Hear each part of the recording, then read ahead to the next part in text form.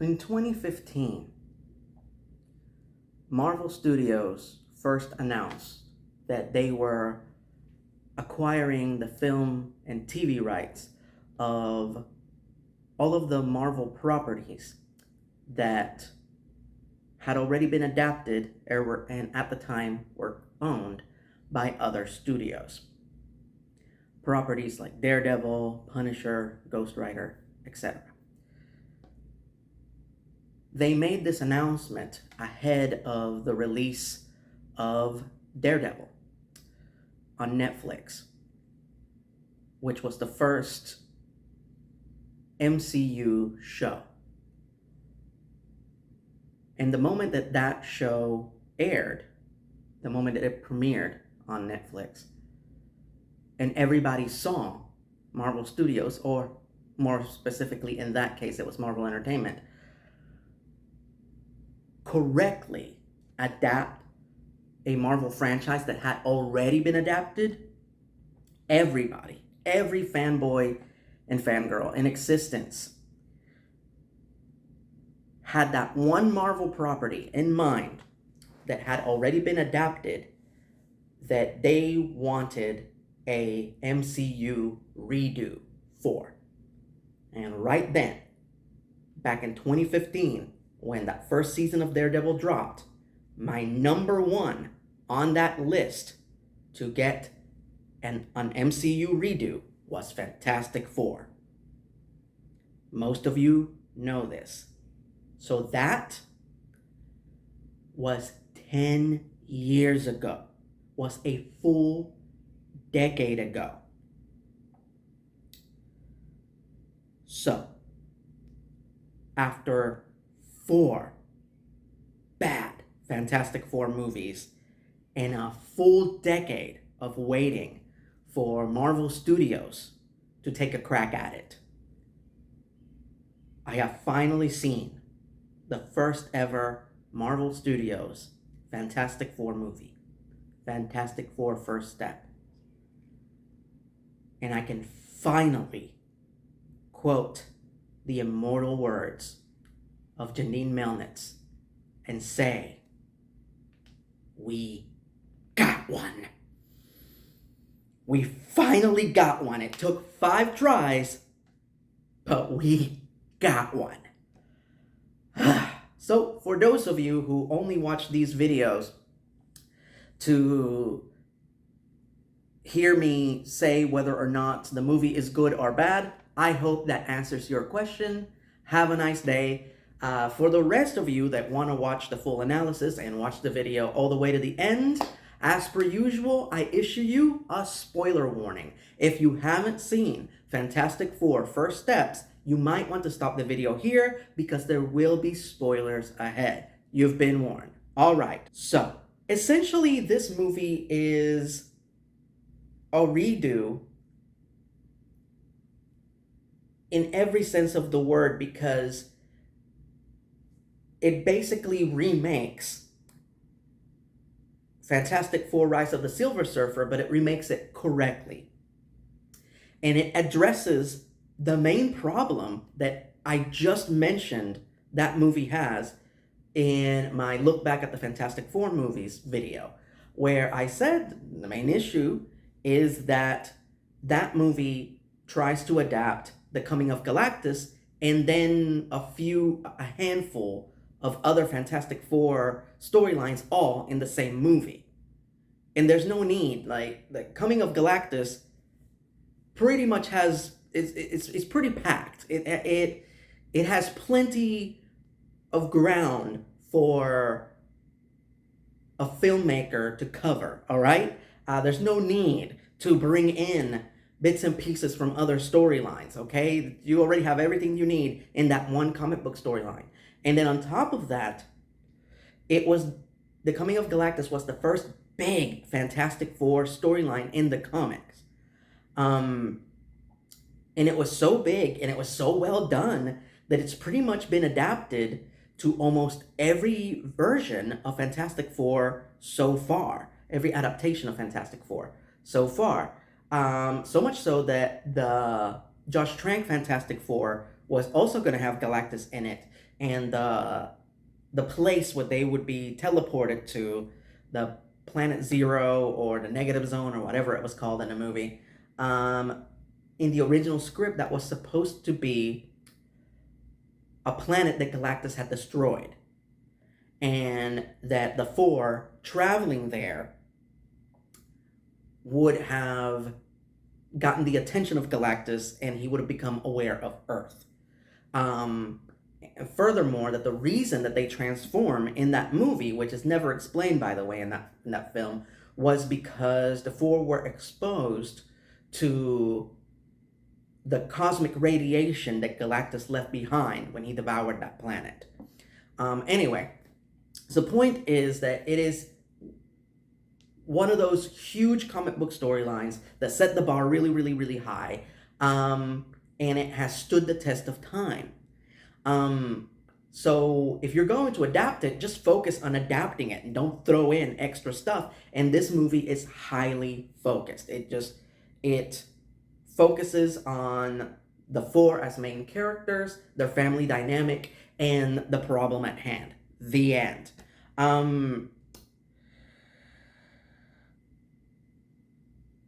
I also want to compliment the decision of having the Fantastic Four live on their own Earth, on Earth 828, which, by the way, August 28th is the birthday of Jack Kirby.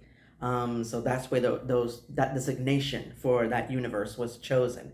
In choosing to have the Fantastic Four live on their own universe, on their own Earth, apart from the rest of the MCU, the rest of the MCU that takes place on Earth 1999, not 616, no matter what Kevin Feige says, is one of the greatest decisions associated with the MCU since the beginning of the franchise. Why? Because A, the Fantastic Four represent the beginning of the Marvel Universe. So to have them appear now in the MCU and have them get their origin story right now and have them be introduced and have them having to play catch up with the other heroes, it's a disservice to the comic. It's like Superman. They are what Superman is to DC. They are the beginning of their universe, the nucleus of their universe from which everything else came forth. So having them just exist on their own universe parallel to the MCU and them being the only heroes, great decision. And furthermore, they are the only Marvel property that existed on its own before it became a universe. 1961, they create the Fantastic Four, and then as they created more characters, they decided to make it a universe. First so the Fantastic Four were the only superheroes in the official Marvel universe that existed on their own. You read those early comics and there's no mention of any of the other characters. But then the Hulk was introduced, and then Spider-Man, and so on and so on and so on, and those characters started to appear in those comics and vice versa. Amazing Spider-Man #1. Who's on the cover with Spider-Man? The Fantastic Four, because it was already a universe. But Fantastic Four, those early comics, you never see appearances from those other characters. It wasn't the universe yet. So this is not only a proper adaptation of the Galactus, of the coming of Galactus, the Galactus trilogy, but it is also a perfect homage to those early Fantastic Four comics that where the Fantastic Four were the only Marvel heroes, and they lived in essentially this retro, futuristic 60s world, which is what they recreated for this movie brilliantly and beautifully. I have to tell you, I want to live on Earth 828. It's one of the coolest looking worlds and most aesthetically beautiful corners of the Marvel Universe that they've created for this franchise. I just absolutely loved it. All right, so This movie's very character driven, so I'm gonna just burn through talking about each character and what I really enjoyed about them. Because my God, did they get it right. Um, the announcement of the cast for this movie, one of the greatest announcements in the history of Marvel Studios. Even the actors that I didn't think were that wouldn't have been my first choice to play the characters were still actors that are so freaking talented that I knew that the character would be in good hands. Of course, it fills me with immense pride to have a Hispanic actor, Pedro Pascal, playing the leader of a superhero team, let alone Mr. Fantastic, the OG. Um, Absolutely wonderful. And Pedro did exactly what I wanted an actor playing Reed Richards to do. Yeah, he's a nerd, but he is one of the few characters in the Marvel Universe that is based on Stan Lee. And yeah, Stan Lee is a nerd, or was a nerd. But he's a very charismatic guy. It doesn't stop him from being charismatic and charming and appealing, and that is Reed in a nutshell.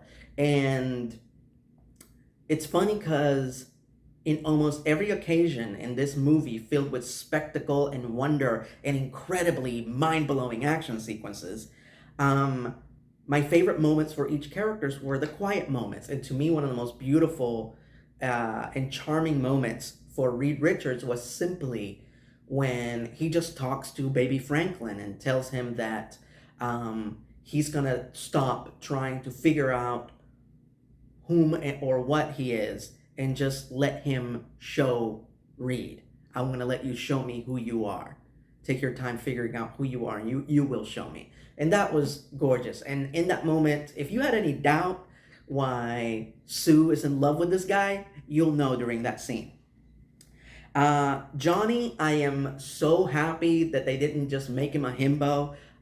Yes, that's generally the way the character is portrayed, and I'm usually okay with that, but it gets a little tiring. And this is a guy that was capable enough to be chosen for this very important mission into outer space that inadvertently led to them getting their power. So he is good enough to go on this very dangerous scientific mission, but the guy's an idiot.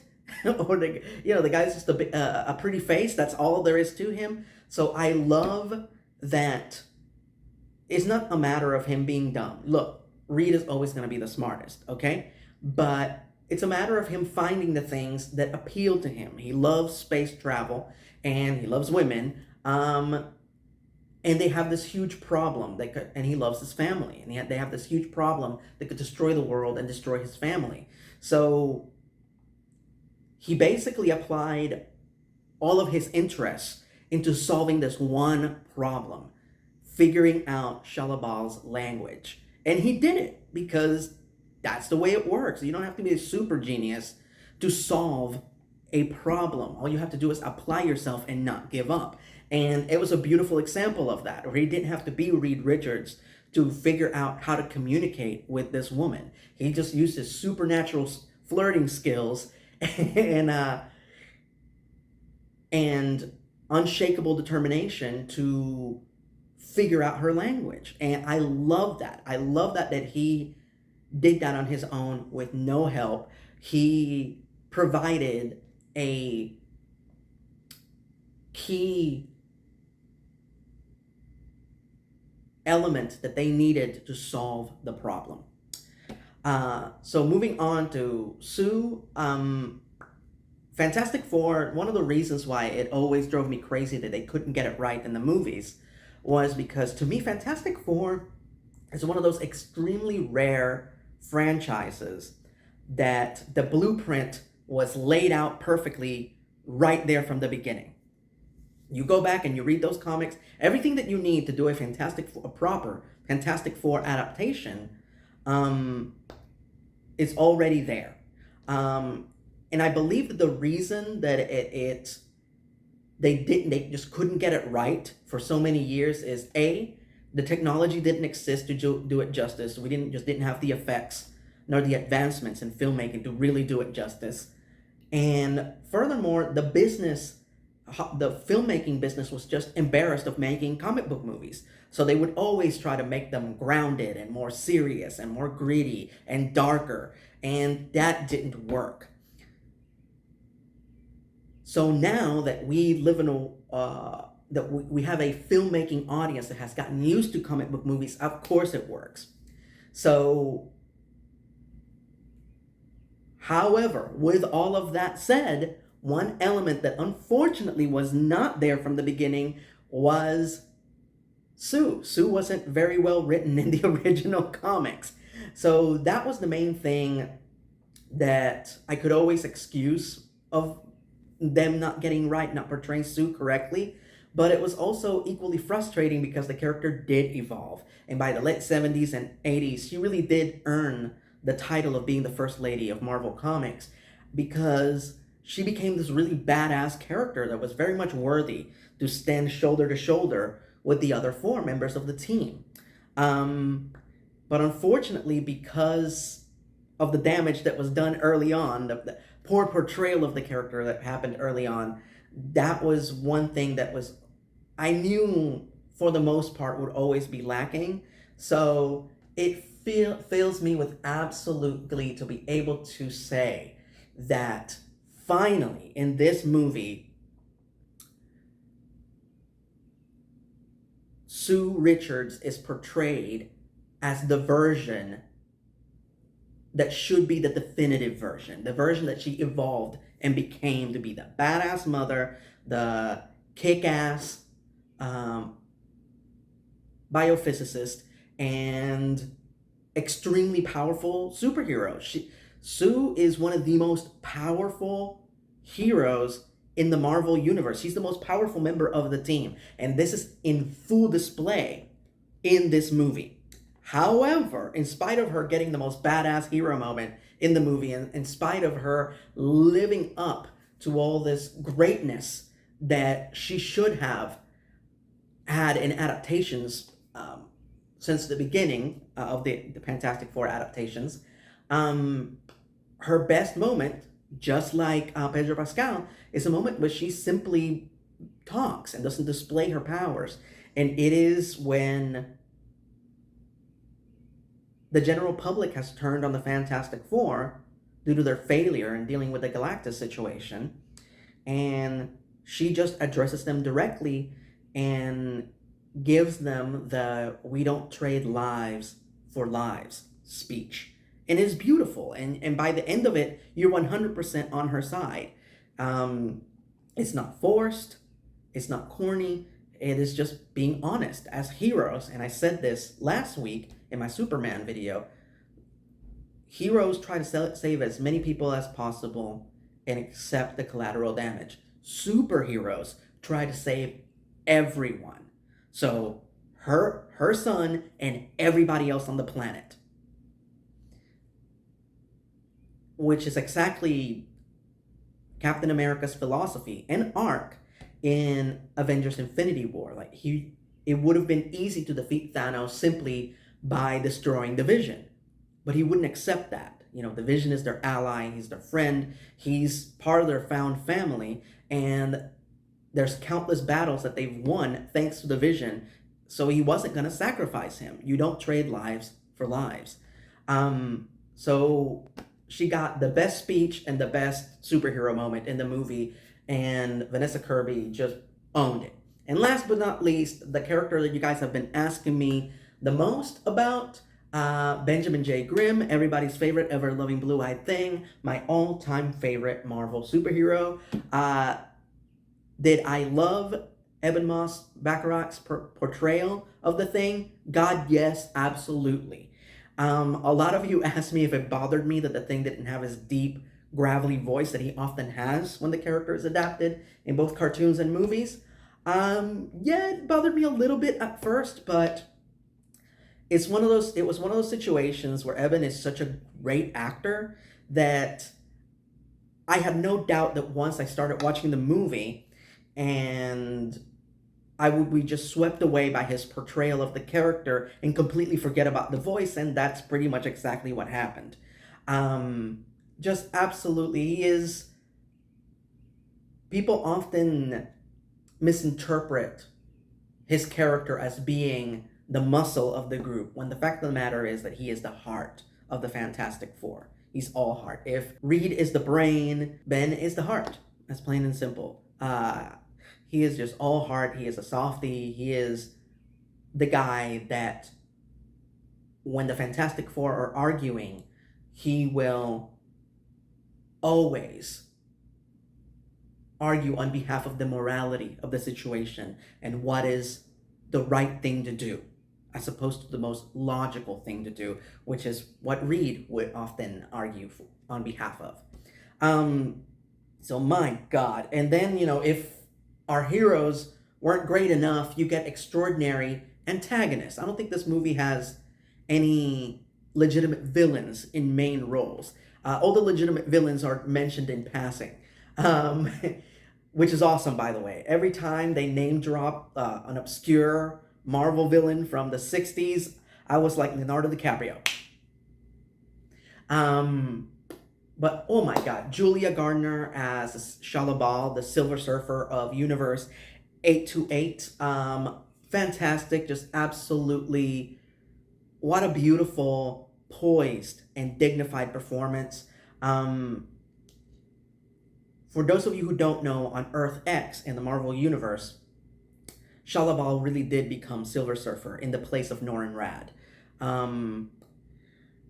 And for those of you who don't know the backstory, Galactus was going to consume their planet, the planet of Zenn-La.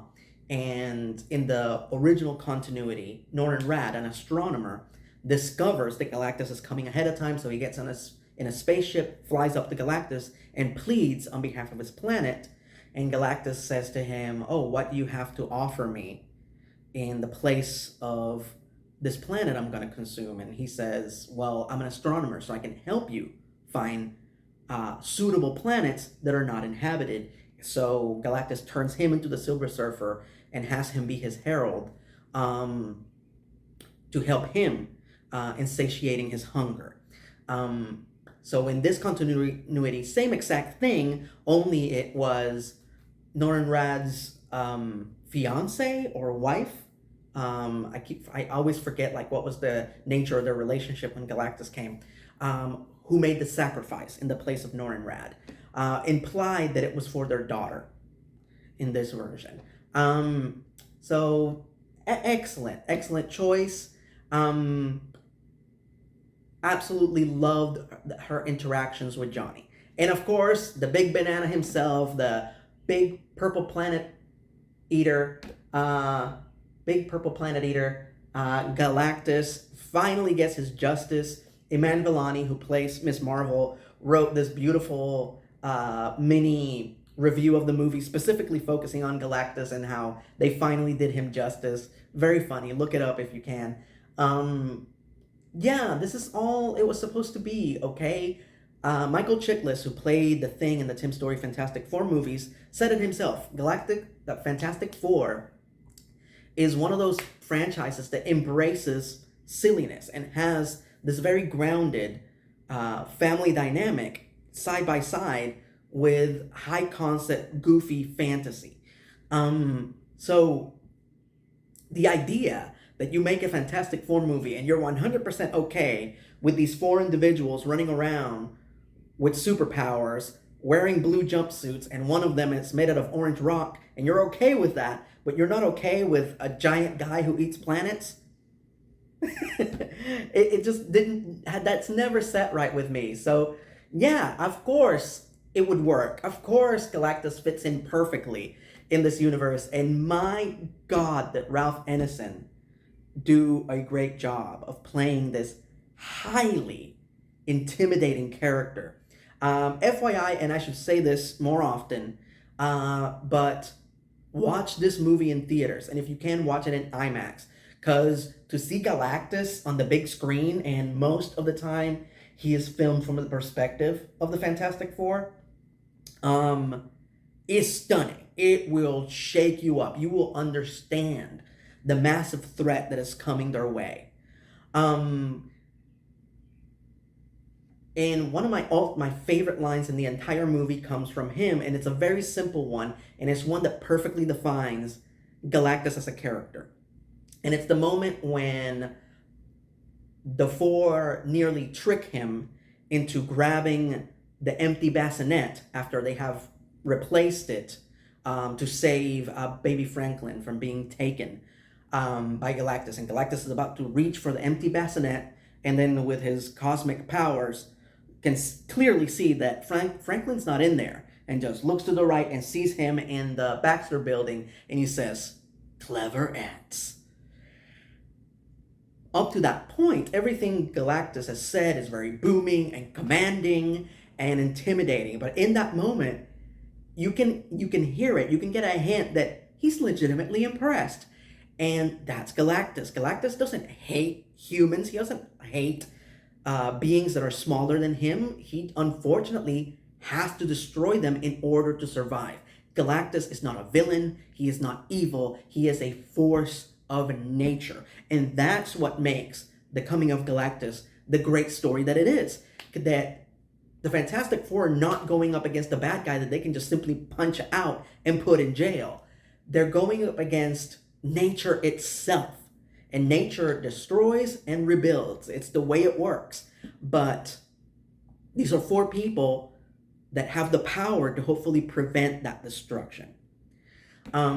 So yes, in just one line, perfectly captured everything that Galactus is. That he's not evil, and when he sees these tiny beings do something impressive, do something courageous, do something brave, do something smart, he is impressed. And in some cases, he rewards them, or at least rewards them from his perspective, by giving Norrinrad, or in the case of this movie, Shalabob, the power cosmic.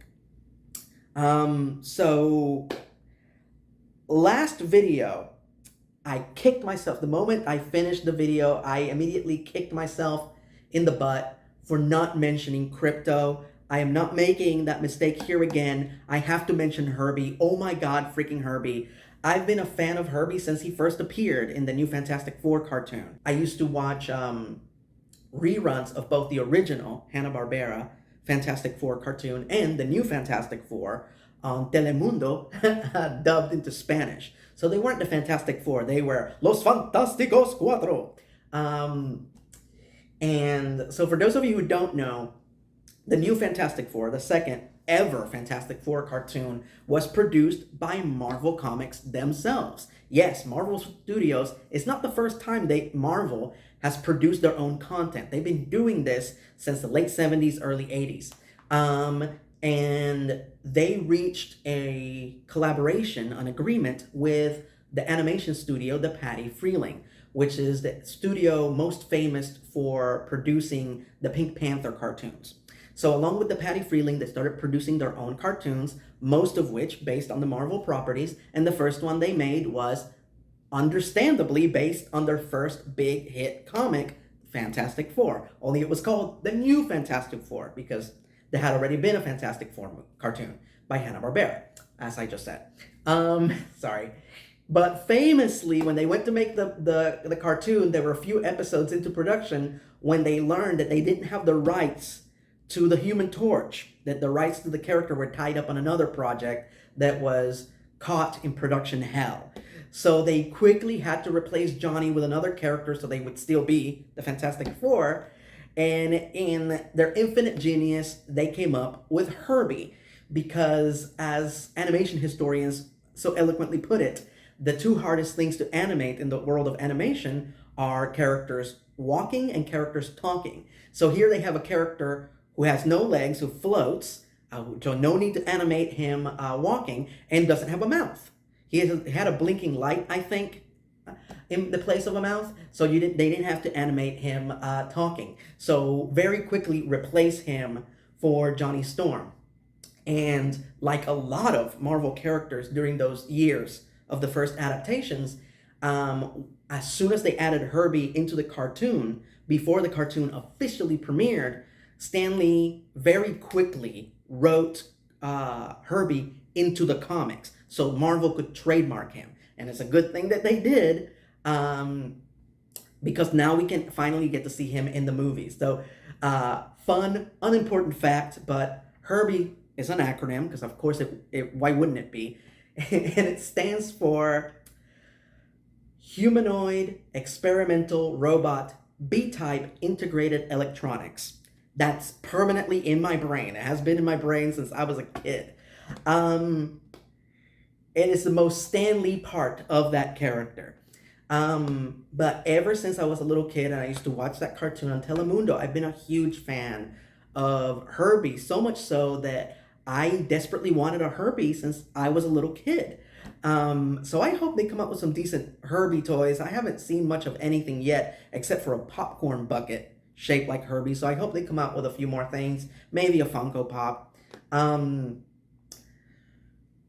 I asked my parents for a Herbie, and they didn't understand what the heck I was talking about. So they just got me like one of those generic robot toys that you put 2D batteries in, and you turn it on, and it moves around, and it spins, and it has flashing lights. It looked nothing like Herbie.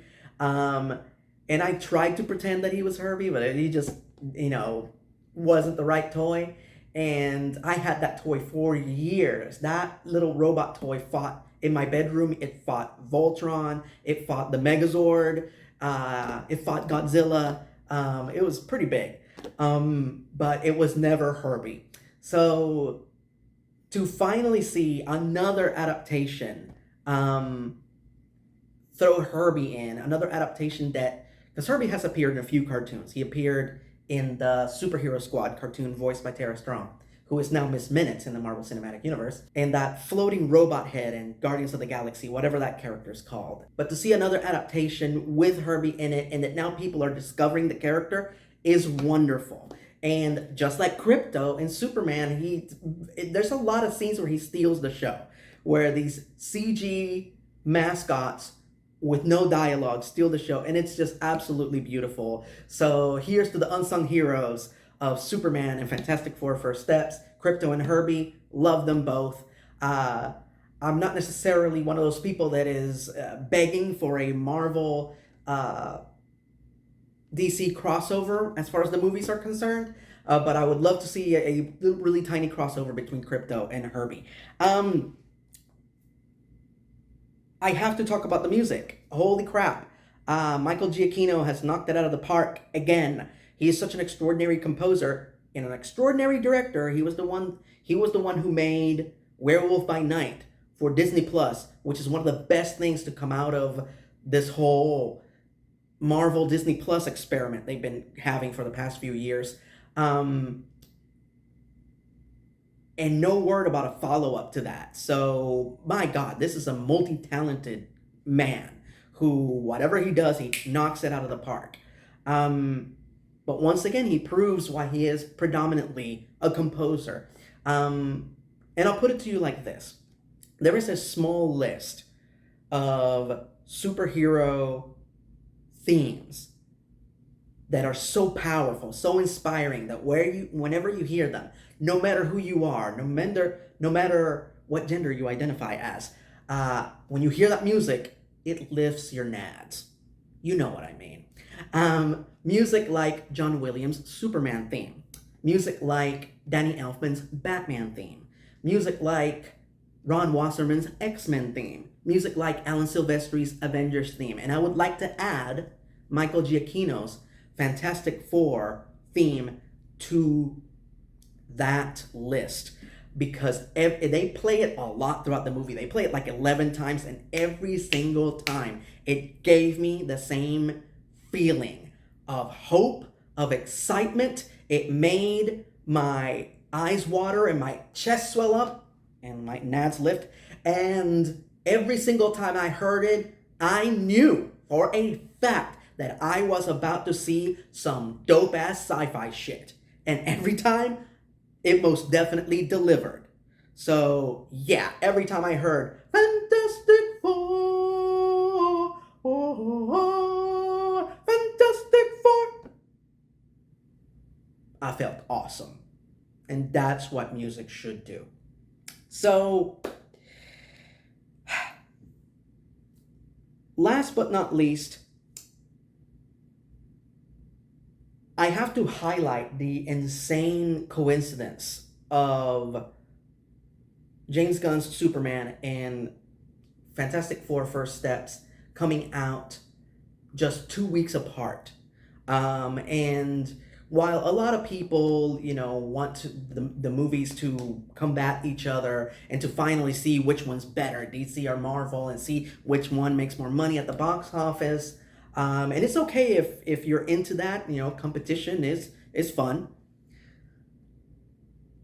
I'm just gonna tell you right now that I have no interest in that. That I feel that this month, July 2025, with these two movies out, where at the end of the day, the winner is not DC, the winner will not be Marvel, the winner will be the fans. This is a month when the fans win. This is a sentiment that has been expressed by the cast and creators of both movies. They're equally excited about each other's movies that are coming out at the same time. And just the insane number of things that these movies have in common. They both are taking their respective franchises back to basics. They're both are being reboots to their franchise. One lighter than the other. The Marvel reboot's going to be much lighter than the overall overhaul of the DC universe that James Gunn is doing. They both are about white hat wearing, straight-laced good guys. They're celebrating good guys. In both movies, these heroes have been operating for years. They have the faith of the people. The general public love them. And for one simple mistake, one simple fault, immediately the public turns on them. But they don't fall back on cynicism and say, oh, woe is me. Why do people hate me now? No, they lead by example. And their faith in humanity never wavers.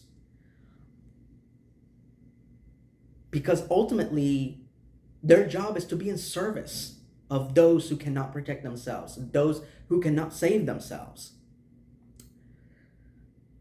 So on top of all those things, on top of both movies being beautiful homages to the heroes that started their respective universe, on top of both movies being really good, on top of both movies finally getting these franchises right, on top of all that, what truly matters here is that right now, as I am recording this, we have two movies out in theaters that inspire hope, promote empathy, and remind us that the greatest superpower is kindness. And that is fantastic. So a lot of you have asked me, E-Rod, are you hoping for Fantastic Four sequels? Are you hoping the Fantastic Four encounter the Inhumans? Are you hoping there's a proper movie in which they encounter and battle Doctor Doom, just the four, and them one-on-one? You know what? I'm going to say something that I've been waiting to say a long time. Something that I hope, against hope, that Kevin Feige and Matt Shakman and the cast and crew of Fantastic Four hear. As improbable as that might be. Just this little section of the video right here. And it is this. That after seeing this movie, as far as Fantastic Four is concerned, as a fan, I am satisfied. I am 100% satisfied. If they make more movies, more sequels, with these amazing characters, with these amazing actors playing these characters, it'll be cake. It'll just be a bonus. It'll be extra stuff. Right now, this movie's so good, so well done. It is so much so the definitive version, the definitive Fantastic Four movie, that as a fan, I am satisfied. Good job, everyone. Give yourself a pat on the back. And yes, fully aware that we are due to see them again in the next two Avengers movies, and I'm sure that will be great. The one thing that I will say about those movies, that the next 2 out of 3 upcoming MCU movies will feature both the Fantastic Four and the Avengers. And if for either of those movies the post-credit scene is not the Fantastic Four and the Avengers playing poker together, then what the hell was the point? And now you've already heard me share my opinion. You already heard me share some very hard-hitting facts about this film. Now let's talk theories. What's going to happen next? We've seen some very interesting post-credit scenes in the last 2 Marvel movies, in Thunderbolts and this movie. They're supposed to lead into Avengers Doomsday and Avengers Secret Wars. What do they mean? And keeping in mind that at this point, unfortunately, sadly, the post-credit scenes in most of the Marvel movies have become completely meaningless, and ultimately most of them lead to nothing. But let's just give them the benefit of the doubt and assume that these last 2 post-credit scenes will lead into something. So let's just make that part of the scenario here for what I'm about to say. So the theories that I'm about to share as far as what I believe is going to happen next. So Thunderbolts, not the Avengers, are in their headquarters, and they get an alert. They look at the monitors and they see the Fantastic Four's ship, the Excelsior, fly by. I believe that that is the moment in this movie in which they flew around the star to create enough, also first create a slingshot effect so they could get back home, but also create enough pull to create gravity in order for Sue and to be able to push and deliver baby Franklin. But I believe that all that release of energy, the ship going around the star, Sue releasing a lot of energy while she was delivering the baby, and also Franklin, who is the most powerful being in the Marvel Universe, being born, of course, he would release energy as well, created a tear in the fabric of reality, and for a brief moment, the Thunderbolts could see the Fantastic Four ship on their monitors. So that's what I believe that was. Moving on to Fantastic Four First Steps, their post-credit scene, or mid-credit scene, I should say, takes place 4 years later. Franklin is now 4 years old, and Sue goes to get him a book to read, and she comes back. She knows something's amiss, and lo and behold, we get our first glimpse of the MCU's version of Doctor Doom, just leaning in front of young 4-year-old Franklin Richards. So what is Doom up to? Here's what I think it is. I believe that the whole Galactus incident made Doom aware of there being other realities, of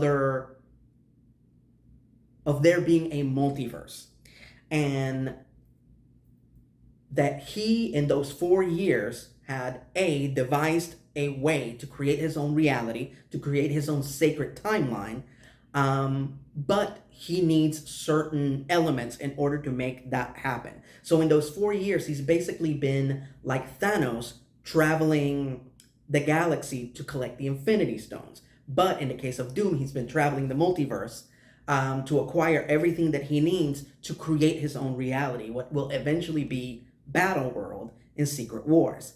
But he's missing 2 vital components: a power source and a being that has the natural ability to create their own reality. So as a power source, he's going to use Franklin. Franklin is insanely powerful, so powerful that we don't actually know his upper limits. He's the most powerful being in the Marvel Universe. So he's going to use 4-year-old Franklin as the battery for this process, or for this machine, which is what's going to get the Fantastic Four involved, and what's going to get them to Universe 1999-99, the main MCU. The being with the power to create their own reality that he's going to acquire to help this process work is going to be Wanda.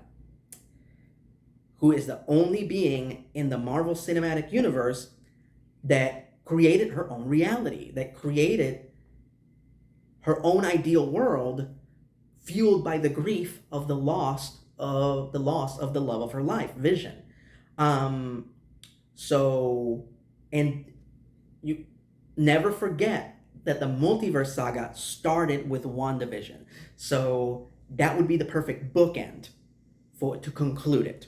So there you go. That's my theory, and I'm sticking to it. If I'm wrong, I'm wrong, and you can make fun of me. But if I'm right, I get the bragging rights, and bragging rights are the best kind of rights. All right, and now for everybody's favorite part of the video, the announcements.